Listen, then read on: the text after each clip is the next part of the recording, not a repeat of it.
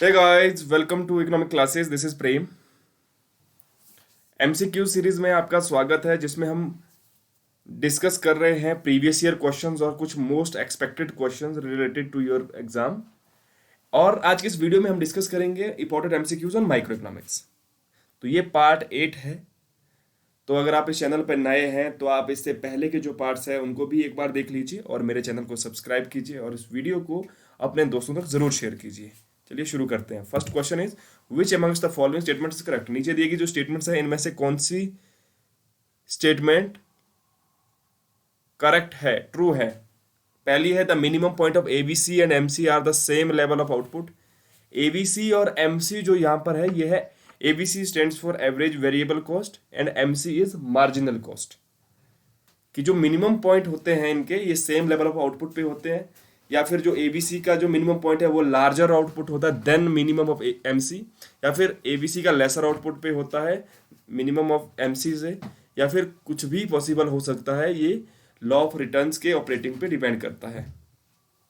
The right answer is option B कि जो ABC का जो मिनिमम पॉइंट होगा, एवरेज वेरिएबल कॉस्ट का मिनिमम पॉइंट, वो लार्जर आउटपुट पे होगा देन मिनिमम एमसी। इसका मतलब कि एमसी का जो मिनिमम पॉइंट है वो एबीसी से पहले होता है। आप डायग्राम में देख रहे हैं ये SMC curve stands for short run marginal cost curve और एवरेज वेरिएबल कॉस्ट जो एबीसी कर्व है। तो आप देख रहे हैं ये मिनिमम पॉइंट है एबीसी का, ये कहीं ना कहीं यही है, और ये एमसी का है। तो अगर आप आउटपुट लेवल देखें तो जो एबीसी का आउटपुट लेवल है वो ग्रेटर देन है एमसी से। एबीसी का जो आउटपुट लेवल वो ज्यादा होगा, तो इसलिए जो बी ऑप्शन है ये सही है। Next question, which of the following observation regarding cost curve hold true. नीचे भी कुछ स्टेटमेंट दी गई है जो कॉस्ट कर्व से रिगार्डिंग है, आपने बताना है कौन सी स्टेटमेंट इनमें से सही है। स्टेटमेंट्स पढ़ लीजिए।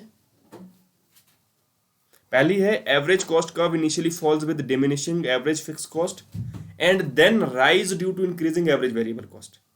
क्या ऐसा होता है कि जो एवरेज कॉस्ट कर्व है वो शुरू में तो कम होता है क्योंकि तब एवरेज फिक्स कॉस्ट जो है वो कम हो रही होती है, और उसका बढ़ जाता है क्योंकि एवरेज वेरिएबल कॉस्ट फिर इंक्रीज होती है एक पॉइंट ऑफ टाइम के बाद, या फिर मार्जिनल कॉस्ट बराबर होती है एवरेज कॉस्ट के पहले यूनिट ऑफ आउटपुट में। तीसरी जो स्टेटमेंट है वो है M C is equal to A C one M C intersect A C from below. कि एम सी और ए सी बराबर होते हैं कहाँ पर, जहाँ पर एम सी इंटरसेक्ट करता है ए सी को और वो बिलो पॉइंट होता है ए सी कर्व का, या फिर A C intersect M C from below, या फिर इसका वाइस वर्सा कि ए सी जो है वो एम सी कर्व को बिलो या फिर सबसे जो लोएस्ट पॉइंट उसका होता है वहां पे इंटरसेक्ट करता है।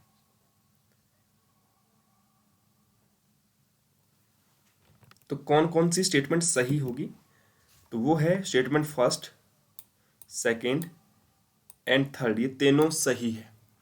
अगर आप यहाँ पर देख रहे हैं ए सी और एम सी का रिलेशनशिप इस डायग्राम में शो हुआ है, तो आप देखेंगे कि जो एक तो इसका जो फर्स्ट यूनिट ऑफ आउटपुट पे जब है तब इक्वल है ए सी और एम सी, तो ये जो सेकेंड था ये करेक्ट है। और उसके बाद जो ए सी और एम सी दोनों जो है घटना शुरू होते हैं, लेकिन एम सी जो कर्व होता है उसका स्लोप इससे कम है, वो इसके निचले हिस्से में है। तो इसका क्या मतलब हुआ कि ये ज़्यादा शार्पली डिक्रीज हो रहा है एम सी। ओके, और उसके बाद एक पॉइंट है जहाँ पे ये दोनों इंटरसेक्ट कर रहे हैं, और उसके बाद फिर एम सी अब ग्रेटर देन ए सी हो गया है। तो ये जो पॉइंट है जहाँ पे ये इंटरसेक्ट कर रही है दोनों कर्व, ये ए सी का मिनिमम पॉइंट होता है। ये मिनिमम पॉइंट है ए सी का, तो ये भी करेक्ट है थर्ड स्टेटमेंट। और फर्स्ट जो स्टेटमेंट थी वो थी कि जो एवरेज कॉस्ट कर्व है वो इनिशियली फॉल हो रहा है। आप देख रहे हैं कि फॉल हो रहा है क्योंकि अगर हम एवरेज फिक्स कॉस्ट को यहाँ पे देखें तो वो एक रेक्टेंगुलर हाइपरबोला होता है इस तरह से, तो वो शुरू में बहुत तेजी से गिरती है और बाद में ये इंक्रीज क्यों हो जाता है एवरेज फिक्स्ड कॉस्ट, क्योंकि यहाँ इस पॉइंट तक तो लगभग जो एवरेज वेरिएबल कॉस्ट है वो हमारा लगभग इस तरह का ही रहता है हॉरिजॉन्टल, लेकिन इसके बाद वो अचानक से बढ़ना शुरू हो जाता है। जब एक फुल कैपेसिटी आप यूज कर लेते हैं प्रोडक्शन प्रोसेस के अंदर, उसके बाद आप वेरिएबल फैक्टर को इंक्रीज करेंगे तो फिर आपका जो प्रोडक्शन है वो नहीं बढ़ेगा बल्कि एक मैक्सिमम आउटपुट लेवल के बाद वो डिक्रीज होना शुरू होता है। तो प्रोडक्शन डिक्रीज होगा, कॉस्ट बढ़ाते रहेंगे तो कॉस्ट बढ़ती रहेगी, लेकिन प्रोडक्शन आपका कम होता रहेगा। तो उस प्रोडक्शन के कम होने की वजह से एवरेज वेरिएबल कॉस्ट इंक्रीज होता है, और जो एवरेज कॉस्ट है ये इस दोनों का जो है समेशन है, एवरेज वेरिएबल कॉस्ट और एवरेज फिक्स्ड कॉस्ट का जमा है दोनों का। तो इसमें इंक्रीज है तो एवरेज कॉस्ट में भी इंक्रीज होगा।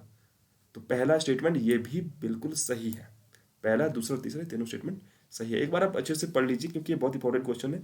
एवरी ईयर यहाँ से क्वेश्चन आपके एग्जाम में रहता है, जो कॉस्ट कर्व्स है उनके रिलेशनशिप्स।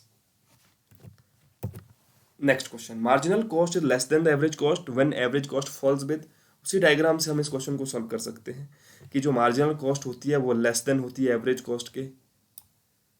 ये हमारे पास डायग्राम था कुछ इस तरह से, चलिए यहाँ पे इसको बना लेते हैं। ये एवरेज कॉस्ट है और ये मार्जिनल कॉस्ट है, ये इसके लोएस्ट पॉइंट पे इसको इंटरसेक्ट करती है। सपोज दैट ये लोएस्ट पॉइंट है। तो जो मार्जिनल कॉस्ट है वो लेस देन कब है, शुरू में, जब डिक्रीज हो रही है दोनों कॉस्ट, एवरेज कॉस्ट भी डिक्रीज हो रही है, मार्जिनल कॉस्ट भी डिक्रीज हो रही है। उस केस में जो मार्जिनल कॉस्ट है वो लेस देन होगी एवरेज कॉस्ट के। ओके, तो क्यों होगी, when average cost falls with, जब एवरेज कॉस्ट फॉल्स हो रही है इंक्रीज इन आउटपुट। देखिए अगर आपको क्लियर नहीं हो पा रहा है तो आप यहाँ पर इसको देखिए, ये जो डायग्राम था तो ये आप देख रहे हैं, इसमें जब आउटपुट लेवल, ये आउटपुट पर पीरियड है वर्क एक्सिस पे, ये जब इंक्रीज हो रहा है तो एवरेज कॉस्ट डिक्रीज हो रही है, लेकिन ये इससे लेसर है। ये क्लियर। तो इस डायग्राम से हम इसको सॉल्व कर सकते हैं। अगर आपके ये रिलेशनशिप अगर आपके ध्यान में है तो आप इसको इजीली ठीक कर पाएंगे, जो कि इंक्रीज इन आउटपुट के साथ एवरेज कॉस्ट कम होती है। ओके, और मार्जिनल कॉस्ट भी बहुत तेजी से कम होती है। नेक्स्ट क्वेश्चन है एजर्शन रीजन का, पढ़ लीजिए assertion. The rate of fall of MR curve is more than twice the rate of fall of AR. Reason, the MR and AR curve are linear and negatively sloped. कि जो MR curve के कम होने का जो rate है वो मोर than twice है rate of fall AR, AR के जो कम होने की जो दर है उससे मोर देन ट्वाइस, दुगने से भी ज्यादा है क्या। और अगर ये ठीक है तो इसका रीजन है कि एमआर और एआर कर्व जो है वो लीनियर होते हैं और नेगेटिवली स्लोप्ड होते हैं। तो इम्परफेक्ट कॉम्बिनेशन के अंदर एमआर और एआर कर्व हमने डिस्कस कर लिए, इसमें हमने देखा था कि वो लीनियर और नेगेटिवली स्लोप्ड है। तो ये रीजन तो करेक्ट लगता है। क्या एजर्शन सही है? एजर्शन सही नहीं है, इसलिए इसका जो करेक्ट आंसर है वो होगा डी, कि एजर्शन गलत है लेकिन रीजन सही है। ये क्यों गलत है? हाँ, जो इसका फॉल है वो एआर से ज्यादा होता है लेकिन मोर देन ट्वाइस नहीं होता है। हमने एक क्वेश्चन सॉल्व की थी, एवरेज रेवेन्यू और मार्जिनल रेवेन्यू हमने डिस्कस किया था एक क्वेश्चन में, जहाँ पे मोनोपोली से हमने क्वेश्चन किया था। तो वहाँ हमने देखा था कि ये 2 टाइम लेसर होता है, 2 टाइम लेसर होगा एवरेज रेवेन्यू से, ना कि मोर देन ट्वाइस, है ना। ये जो प्रोडक्शन प्रोसेस है या फिर आउटपुट लेवल उस पर डिपेंड करता है ना, और बेसिकली 2 से ज़्यादा नहीं होता है, 2 टाइम लेसर देन होता है लेकिन नॉट मोर देन, यहाँ पे लिखा है मोर देन ट्वाइस। तो इसीलिए जो एजर्शन है ये गलत है, ये ध्यान रखिए। तो जो एजर्शन रीजन है अच्छे से एक बार समझिए, है ना, शब्दों का पे जाइए आपकी क्या लिखा है यहाँ पे। तो अगर आप पहली नज़र में आपने देखा होगा कि मोर देन ट्वाइस, तो ट्वाइस जब आपके दिमाग में आए तो आप इसको सही कर लेंगे, लेकिन ये सही नहीं है। Assertion is a lump sum tax imposed on monopolist cannot be shifted to the consumer। कि जो lump sum tax impose किया जाता है एक monopolist फर्म पे, उसको आप कंज्यूमर के लिए शिफ्ट नहीं कर सकते हैं। क्योंकि रीजन क्या है, the lump sum tax becomes a part of his fix cost and it does not affect the marginal cost. बहुत इजी है, आप रीजन पहले पढ़ लीजिए कि जो लम्प सम टैक्स है एक फिक्स कॉस्ट का पार्ट है, एक तरह का ये डायरेक्ट टैक्स है जो आपके जो गवर्नमेंट इम्पोज करती है ना आप पे, कि भाई आप प्रोडक्शन करें इस साल के लिए आपका ये टैक्स है फिक्स, है ना, कभी भी इसको अनाउंस कर सकती है, इम्पोज कर सकती है मोनोपोलिस्ट पे। तो एक तरह की फिक्स कॉस्ट होती है, डायरेक्ट टैक्स उसी पे, वो अपने एक्सेस प्रॉफिट से इसको पे करता है। क्लियर। तो ये फिक्स कॉस्ट का पार्ट है, तो फिक्स कॉस्ट है तो आपका जो एवरेज वेरिएबल कॉस्ट उसमें चेंज नहीं होगा, और मार्जिनल कॉस्ट जो है एडिशनल आउटपुट यूनिट के प्रोड्यूस करने की जो कॉस्ट है वो भी आपकी चेंज नहीं होगी। ठीक है, वो चेंज नहीं होगी तो आपका प्राइस भी चेंज नहीं होगा। प्राइस चेंज नहीं हुआ तो आप इसको कंज्यूमर पे शिफ्ट नहीं कर सकते हैं। तो क्या होगा, ये दोनों सही है और आर जो है इसको करेक्टली एक्सप्लेन कर रहा है। Clear? Next question, the total cost function of a firm is given this. Average fixed cost हमको फाइंड आउट करनी है, कैलकुलेट करनी है at x is equal to 4। x is quantity, जो है यहाँ पे x यूज हुआ है इस क्वेश्चन में, आप देख रहे हैं ये क्वांटिटी है। तो जब आउटपुट लेवल 4 होगा तब एवरेज फिक्स्ड कॉस्ट क्या होगी, तो ये कॉस्ट फंक्शन है। तो जब हम इसको कॉस्ट फंक्शन को हम देखते हैं कि क्या है, x square by 2 plus 4x plus 400, तो ये वाला जो पार्ट है, ये जो पार्ट होगा वेरिएबल वाला है ना, जहाँ पे वेरिएबल है आउटपुट, जो कि आउटपुट के चेंज होने पर कॉस्ट चेंज होती है, तो इसको एवरेज वेरिएबल कॉस्ट कहते हैं। सॉरी, टोटल वेरिएबल कॉस्ट, क्योंकि यहाँ पे सी जो है ये टोटल कॉस्ट है, सी इज टोटल कॉस्ट, तो ये टोटल वेरिएबल कॉस्ट है। और जो 400 है कांस्टेंट है, मतलब फिक्स्ड है, ये टोटल फिक्स्ड कॉस्ट है। आइए मैं लिख लेता हूं, ये टोटल वेरिएबल कॉस्ट है और ये टोटल फिक्स्ड कॉस्ट है। तो इन दोनों के समेशन से बनता है total cost. Output level change होगा यहाँ पे तो आपके कॉस्ट भी चेंज होगी, मतलब वेरिएबल कॉस्ट है, इसके ऊपर किसी तरह का इम्पैक्ट नहीं है आउटपुट का। टोटल फिक्स्ड कॉस्ट ये सेम ही रहेगी, आप जितना भी लेवल ऑफ आउटपुट प्रोड्यूस कर लो। तो हमें ये वाला को इग्नोर करना है जो कि टोटल वेरिएबल कॉस्ट है। हमें क्या फाइंड आउट करना है, एवरेज फिक्स्ड कॉस्ट x/4 पे। तो ये टोटल फिक्स्ड कॉस्ट अगर है, तो अगर हम 4 यूनिट ऑफ आउटपुट प्रोड्यूस करते हैं तो एवरेज वेरिएबल कॉस्ट क्या होगी, total fixed cost divided by quantity. तो इसको 4 से डिवाइड कर देंगे, 400/4 इज इक्वल टू, बहुत सिंपल है, 100। ये करेक्ट आंसर है। समझ आ गया आपको? चलिए next, a monopolist faces a linear demand curve. ये लीनियर डिमांड कर्व की इक्वेशन है, P is equal to 100-4Q। His cost function, ये टोटल कॉस्ट फंक्शन दिया है, हमें बताना है कि उसका प्रॉफिट मैक्सिमाइजिंग आउटपुट क्या होगा, 45, 10 या 20। तो इसका जो आंसर है वो 10 है। ये हमें समझना जरूरी है कि कैसे हम मैक्सिमाइजिंग आउटपुट को यहाँ पर फाइंड आउट करेंगे या फिर मैक्सिमाइजिंग प्राइस को फाइंड आउट करेंगे। आइए हमने ये कैसे किया, ये देख लीजिए। ये प्रॉफिट है जिसको हम फाइंड आउट कर सकते हैं TR minus TC। TR is total revenue, TC is total cost. Total revenue में से जब हम टोटल कॉस्ट को सब्सट्रैक्ट या डिडक्ट करेंगे तो हमें प्रॉफिट मिलेगा, टोटल प्रॉफिट जो होगा। जैसे हम जानते हैं कि since TR is equal to P into Q, P is price, into quantity, Q into quantity, quantity को जब प्राइस से मल्टीप्लाई करेंगे तो वो आ जाएगा टोटल रेवेन्यू।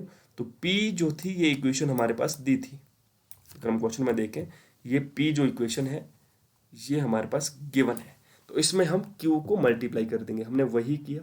तो TR हमें मिला 100Q minus 4Q square. Okay, और TC ये भी गिवन है, TC फंक्शन 50 प्लस 20Q, तो 50 plus 20Q, TC means total cost. तो टोटल प्रॉफिट क्या होगा, total revenue minus total cost. Total revenue minus total cost जब हम करेंगे तो आप देख रहे हैं इसको माइनस करने पर हमें क्या मिला। अब P मैंने यहाँ पे प्रॉफिट लिख लिया,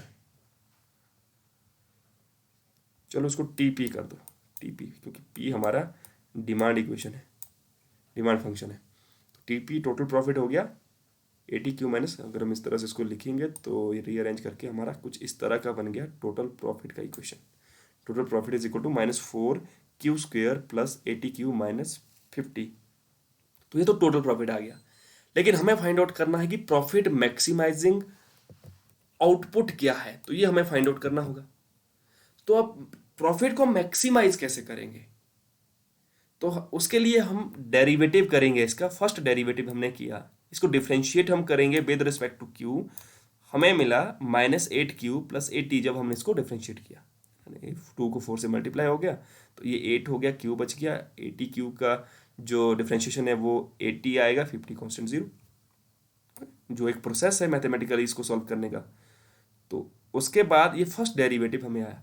अब हमें देखना है कि जो हमने इसका डेरिवेटिव निकाला, क्या ये मैक्सिमाइजिंग प्रॉफिट है या नहीं। तो इसको चेक करने के लिए हमें क्या करेंगे, सेकंड डेरिवेटिव निकालेंगे। सेकंड डेरिवेटिव हमारा नेगेटिव होना चाहिए।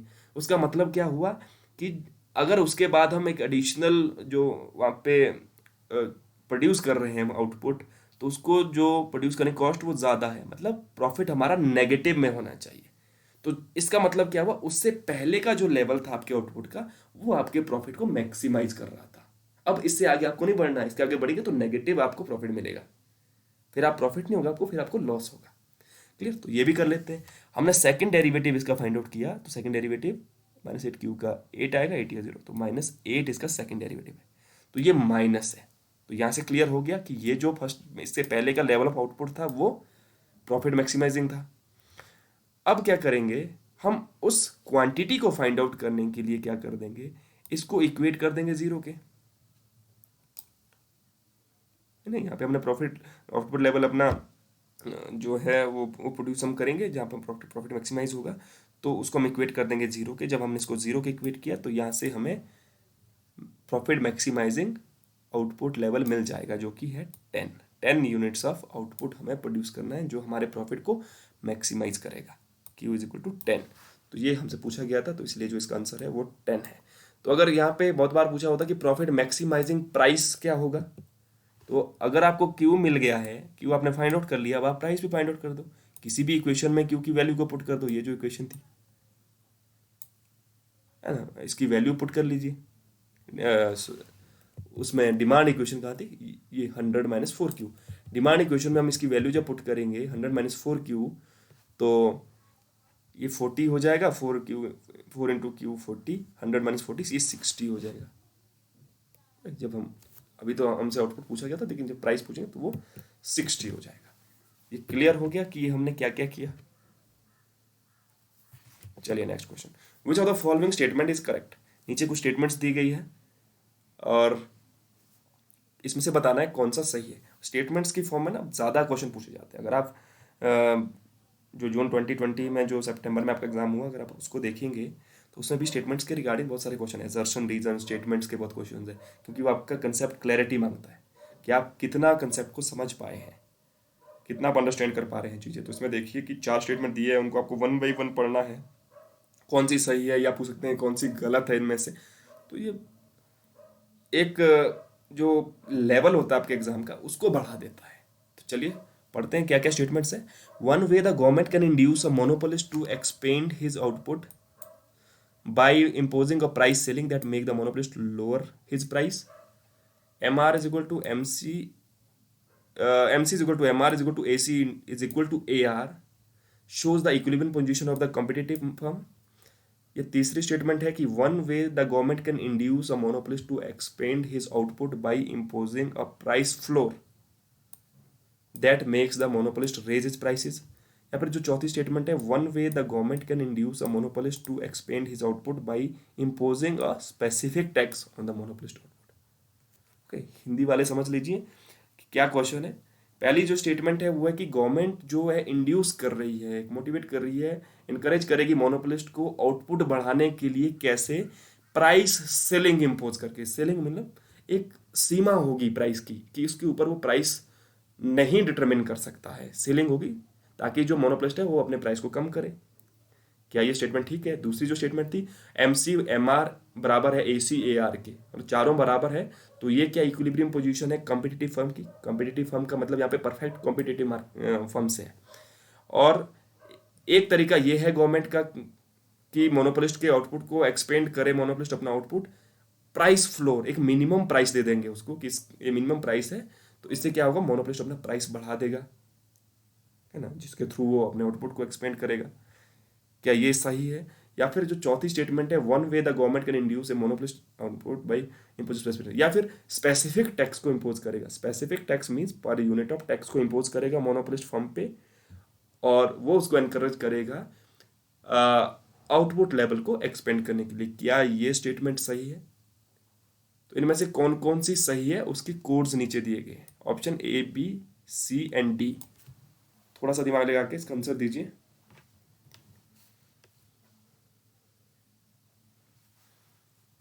Right answer is A. सिर्फ एक और दो, पहली और जो दूसरी स्टेटमेंट है वो सही है। ये होगा प्राइस सेलिंग एक कर देंगे कि ये प्राइस है भाई, इससे ऊपर आपने प्राइस जो है वो आप नहीं रख सकते हैं। तो उसमें क्या होगा, उसका अपना जो प्रॉफिट इंक्रीज करने का या प्रॉफिट को मैक्सिमाइज करने का तरीका क्या रह जाएगा, वो अपना आउटपुट लेवल इंक्रीज करेगा। जितना आउटपुट लेवल इंक्रीज करेगा उतना ही उससे ज़्यादा रेवेन्यू जनरेट होगा, और जितना ज़्यादा रेवेन्यू जनरेट होगा उतना ही उसके लिए वो फ़ायदा है, उसका प्रॉफिट लेवल ज़्यादा होगा। और MC, MR, AC ये सभी कहाँ पे बराबर होते हैं, क्योंकि इस तरह का हॉरिजॉन्टल कर्व होता है परफेक्ट कंपटीशन में, जो कि बराबर होता है AR = MR, है ना। AR और MR कर्व तो कोइंसाइड होते हैं परफेक्ट कंपटीशन में, और MC और AC ये सारे जो लॉन्ग रन इक्विलिब्रियम होगा परफेक्ट कंपटीशन का, वहाँ पे इक्वल होंगे। तो ये भी सही है, पहले और दूसरी स्टेटमेंट। तीसरी और चौथी ये गलत है, क्योंकि अगर वो प्राइस फ्लोर रखे, प्राइस को इंक्रीज करेगा मोनोपोलिस्ट, तो अपने आउटपुट को मैक्सिमाइज नहीं करेगा यहाँ पे। ठीक है, वो अपना जो प्राइस है उसको बढ़ाएगा, उस प्राइस पे वो थोड़ा कम कम आउटपुट को ही प्रोड्यूस करके अपने प्रॉफिट को मैक्सिमाइज करेगा। तो अगर गवर्नमेंट स्पेसिफिक टैक्स इम्पोज कर ले तो उसमें क्या होगा, स्पेसिफिक टैक्स एक तरह का टैक्स है जो कि इनडायरेक्ट तरीके से उसके प्राइस को जो इंक्रीज करेगा, और इनडायरेक्टली पे करेगा कौन, कंज्यूमर उसको पे करेगा। तो उस पर्टिकुलर प्रोडक्ट के प्राइसेस में इंक्रीज होगा, मार्जिनल कॉस्ट उसकी बढ़ जाएगी। अगर हम फर्म के केस में देखें, और जब मार्जिनल कॉस्ट बढ़ेगी तो प्राइस लेवल हाई होगा, कंसिक्वेंटली जो आउटपुट लेवल है वो कम होता है। तो ये भी नहीं है, पहला और दूसरा जो स्टेटमेंट है ये सही है। आई होप आपको ये वीडियो पसंद आया होगा। मैंने कोशिश की है कि डिटेल से आपको एक्सप्लेन करके चीज़ें ईजी कर पाऊँ, ताकि इससे रिलेटेड जो भी क्वेश्चन है आप वो सॉल्व कर पाए। तो चैनल पर नए हैं तो चैनल को सब्सक्राइब करिए, और साथ में बेल आइकन को प्रेस करना है, ताकि जैसे ही मैं नया वीडियो अपलोड करूँगा उसकी नोटिफिकेशन आप तक पहुँच जाएगी। Thank you.